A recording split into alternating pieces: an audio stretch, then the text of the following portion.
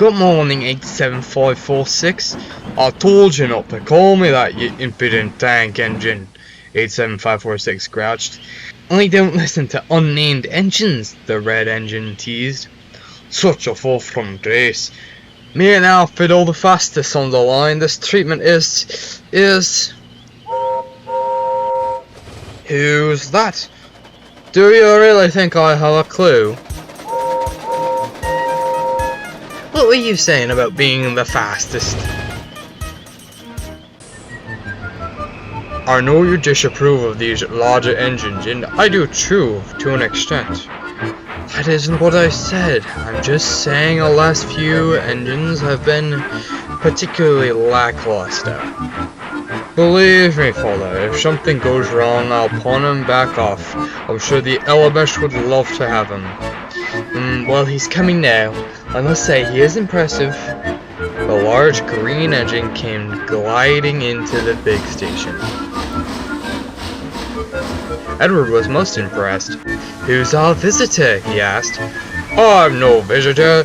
You're looking at your railway's new express engine.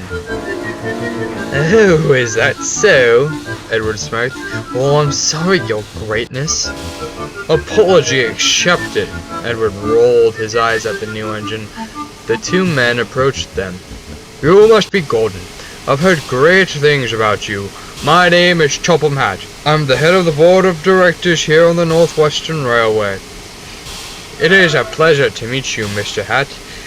I look forward to settling in as head of your express, Gordon said confidently. Yes, well, before that I'd like to run a time trial just to see how long it takes you to make it from end to end. For an engine of your power, I doubt that it will take you long. Very well, sir, I guarantee you, you will not be disappointed. I hope so, Gordon. Edward, please show Gordon to our sheds. He will want to rest after his long journey from Doncaster. Edward obediently showed Gordon the way to the big sheds.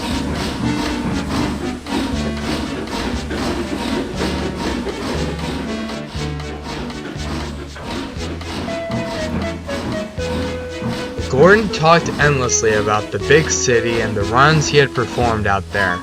Edward soon got rather tired of it. As such, he was happy when he was called away to take a train. Edward left Gordon alone with Thomas and a large green engine. Well, well, well, said Thomas. I thought after our big engine misfortune the directors would have learned their lesson. Gordon was offended. What's your name anyway? My name is Gordon, and I won't take any cheek from a common tank engine like you. Well, Gordon, this railway is dominated by the common tank engine. We have me, Adam and Colin, the coffee pots, Neil and his brothers. All right, I get it. Suddenly, the large green engine let out a achoo! What's his problem? Gordon whispered. Oh, that's our latest recruit, Henry. He gets rather ill. Well, I think he's just lazy. I see. There was an uneasy silence. Don't you have some work to do? Nah, but I might see if Charles is back yet. It's prank time. Thomas swaggered away, leaving Gordon with no one to talk to. After a while, Gordon finally perked up as a large blue tender engine drew alongside. Gordon was about to introduce himself when the other engine spoke. So, Crobin was right. They did buy a new big engine. I don't see why. Greedy and I are more than enough, as well as all those small tender engines. Gordon didn't know who Crobin or Greedy was, or why this engine was being so rude. Apparently, they needed a more refined type of locomotive. Tut cheek! The engine spat. I'll have you know that I am the express engine and Oh, be quiet, 98462. You're ruining my sleep. Henry had awoken and wasn't too happy. All you do is sleep, Henry. 98462 retorted, but he did subside. Henry dozed off soon after.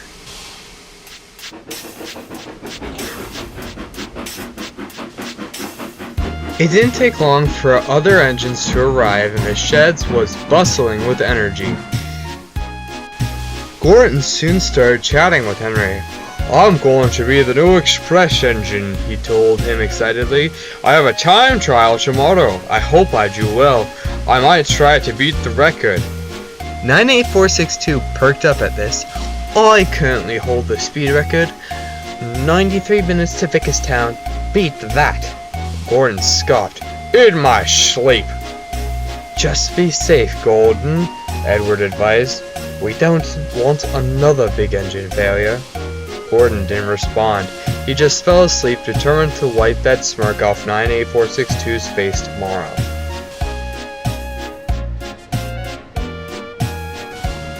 The next morning, the directors climbed into the two waiting express coaches. Gordon simmered eagerly up front. 87546 drew up alongside with his first train of the day. "Ah, doubt a heavy bloke like yourself will make it past Marin," he sniggered. "You'll end up just like Henry." Gordon said nothing and just rolled his eyes. A minute later, the guard's whistle rang out and the trial was underway.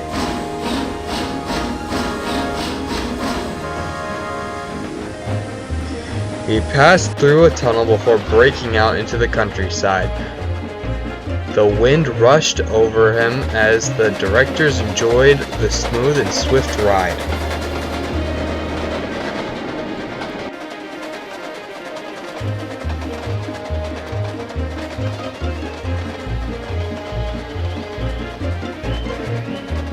Gordon flew through Adams Junction. The tank engines were most surprised. As they approached a big hill, Gordon's driver called out, "Blimey, Gordon, we're already at the bend. We need to slow down." "What?" The driver closed the regulator and the train jolted as it slowed down. They carefully traversed the dangerous stretch of bends. Once they were past this, the driver opened the regulator back up and Gordon whizzed through the countryside once more. But the directors had taken notes.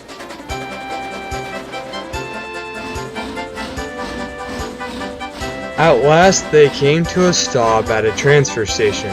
A little red engine stared at Gordon in amazement. "In all my years, I'd never seen an engine as fast as you," he puffed. "Oh, that was nothing," Gordon boasted. "It was an impressive run by far," Topham said, coming forward. "In fact, it broke the time record.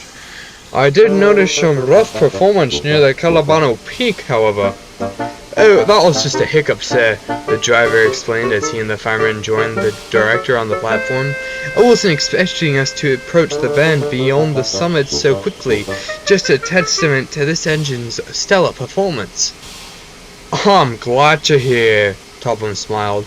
"My first decision of this railway has been a success. Gordon, I would like you to start on expresses next week." "What?" cried 98462 as he struggled into the station. "But sir, I've made up my mind, 98462. Please continue with your work. I have a special trade I need you to take later." "Yes, sir," 98462 whispered weakly and sulked away. Gordon gave off a little snigger. "We're going to get you a new color, though," the director said, looking at Gordon's green paint. "I don't think green suits you."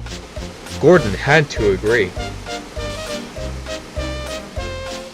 2 days later, the engines were sitting in the sheds for the night when they heard a whistle. "Here he comes," Edward said. Gordon backed down, adorned in the same blue paint as Thomas and Edward. "Welcome to the gang, big guy," Thomas joked. "Yes, it is great being blue." "Indeed, I think I'm going to enjoy my life here," Gordon said. "King of the railway," he added. All the other engines just rolled their eyes and laughed.